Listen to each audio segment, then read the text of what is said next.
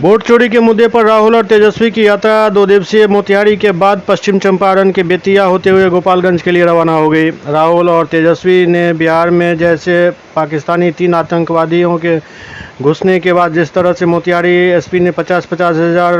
का इनाम की घोषणा के साथ जिले भर के थाना और इंडो नेपाल बॉर्डर पर हाई अलर्ट कर रखा था, बावजूद इसके मोतिहारी शहर में राहुल और तेजस्वी ने खुले जिप में रोड शो किया और लोगों की भीड़ उमड़ पड़ी। मोतिहारी शहर में रोड शो के दौरान राहुल तेजस्वी को देखने के लिए सड़कों पर काफ़ी संख्या में लोग जुटे हुए थे।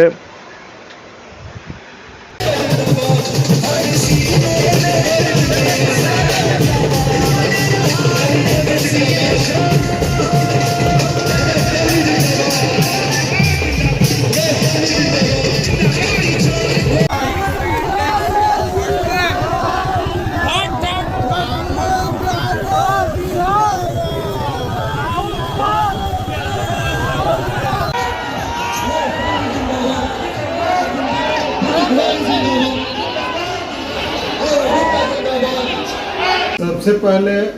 चंपारण, पूरे पूर्वी चंपारण की तमाम जनता का हम धन्यवाद ज्ञापन करना चाहेंगे कि उन्होंने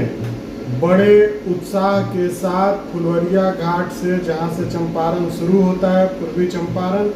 और श्रीपुर, माधोपुर, छपवा तक जो पूर्वी चंपारण की सीमा है, रोड के किनारे दोनों तरफ जहां जहां भी कार्यक्रम आयोजित था वहां बहुत उत्साह के साथ और भारी भीड़ के साथ लाखों की संख्या में चंपारण के लोगों ने राहुल और तेजस्वी का मनोबल बढ़ाया है, बशर्ते जबकि भाजपा की तरफ से यह बयान दिया गया था कि 3 आतंकवादी इस बॉर्डर सीमाई जिला में घुस चुके हैं। उसके बावजूद तेजस्वी जी और राहुल जी ने जिस हिम्मत और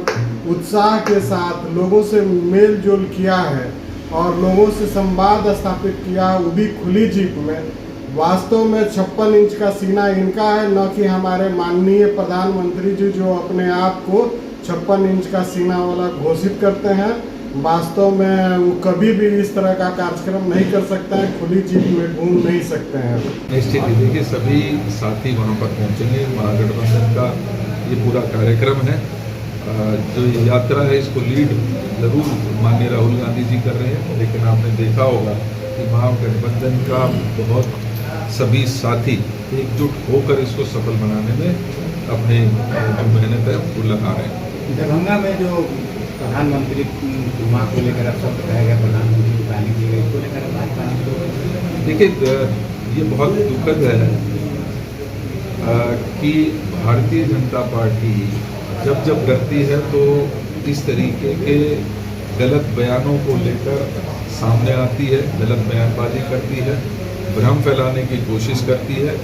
ये अपने आप में दर्शाता है कि आज भारतीय जनता पार्टी और जेडीयू के जो पैर हैं वो बिहार से उखड़ रहे हैं। माननीय